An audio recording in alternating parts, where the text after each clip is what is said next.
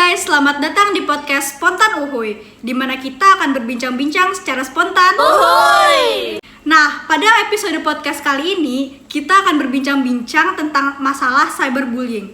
Apa sih itu cyberbullying? Silakan simak videonya. Assalamualaikum warahmatullahi wabarakatuh. Di sini saya akan menjelaskan pengertian cyberbullying. Cyberbullying adalah tindakan menindas dan mengintimidasi melalui jejaring sosial seperti media sosial, forum atau game yang ada di ponsel, komputer atau tablet. Tindakan menindas secara online ini dapat dilakukan oleh siapa saja yang berpartisipasi melalui konten-konten yang disebarkan. Pada podcast kali ini, kita kedatangan tamu yang sangat spesial, yaitu Ketua dan Juru Bicara Komnas Perlindungan Anak Indonesia, yaitu Ibu Jumiati dan Ibu Tri Aisyah. Silakan duduk.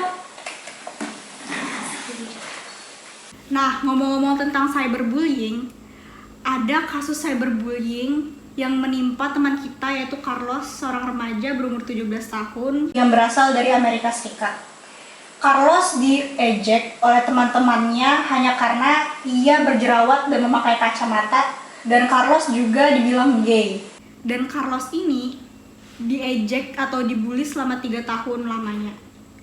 Ayahnya Carlos yang bernama Ray Virgil, dia sangat geram dan ia mengurus tentang UU anti-bullying ke pusat di Amerika Serikat.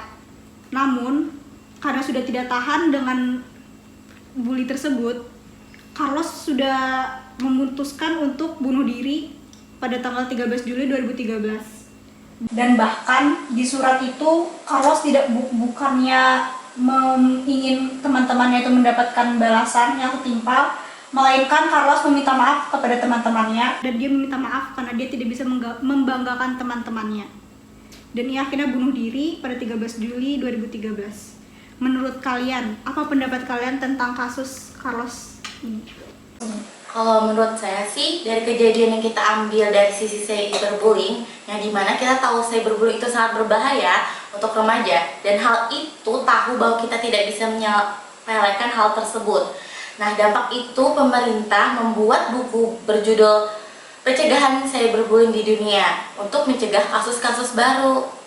Kalau menurut saya, dari kasus Carlos tadi, karena perundungan terjadi di internet, masih banyak masyarakat Indonesia bahkan dunia menganggap lazim dan menganggap remeh apa itu cyberbullying, dan sampai korban ini terjadi memutuskan untuk bunuh diri. Itu sih lebih ke kontra kalau saya. Jadi yang bisa disimpulkan mungkin Ibu Jumi lebih ke pendapat pro dan Ibu Tri Aisyah lebih ke pendapat kontrak.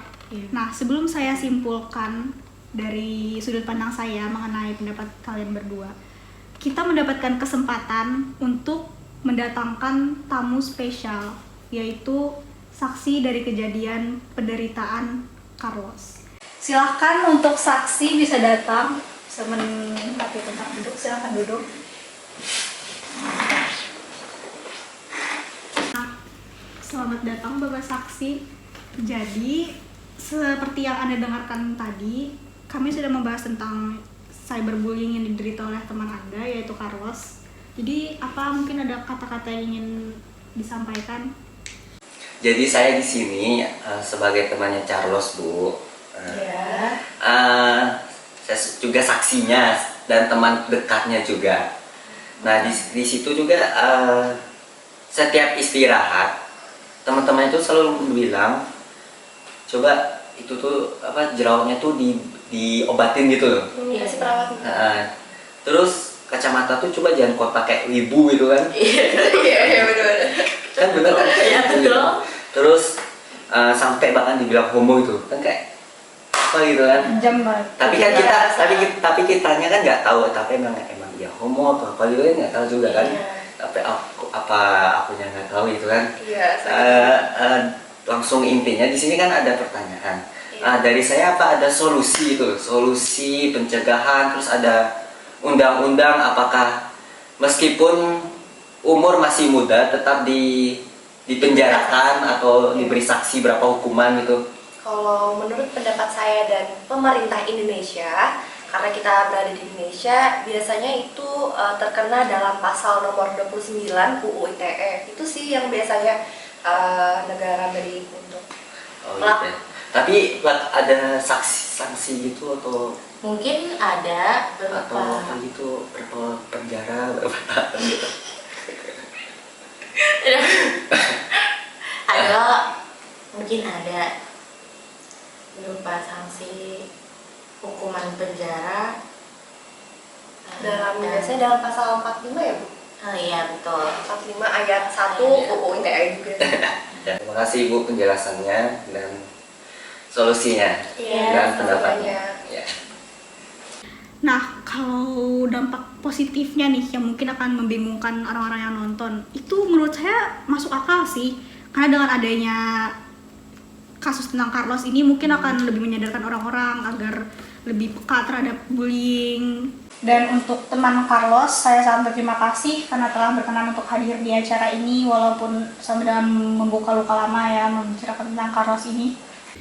Nah, jadi pasti tadi itu ada solusinya kan, yaitu sekarang sudah ada tentang undang-undangnya yang bisa melindungi anak-anak yang dibully. Jadi untuk teman-teman di rumah, kalau misalnya ada melihat orang yang dibully atau teman yang dibully, itu kalian harus segera melaporkan ke pihak yang berwajib karena itu sudah ada undang-undangnya, benar kan? Ya.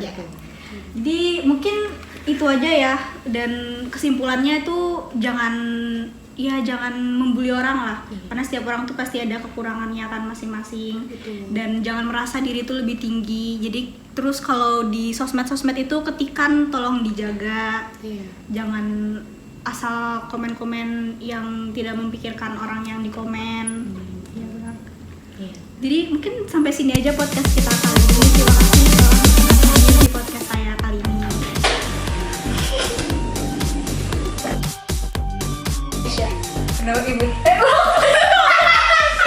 Jadi memang si Carlos itu kayak dibully gitu sama teman. Terus dibilang kayak berjerawat, berkacamata, terus dibilang gay. Kalau boleh tanya, Ya. pendapat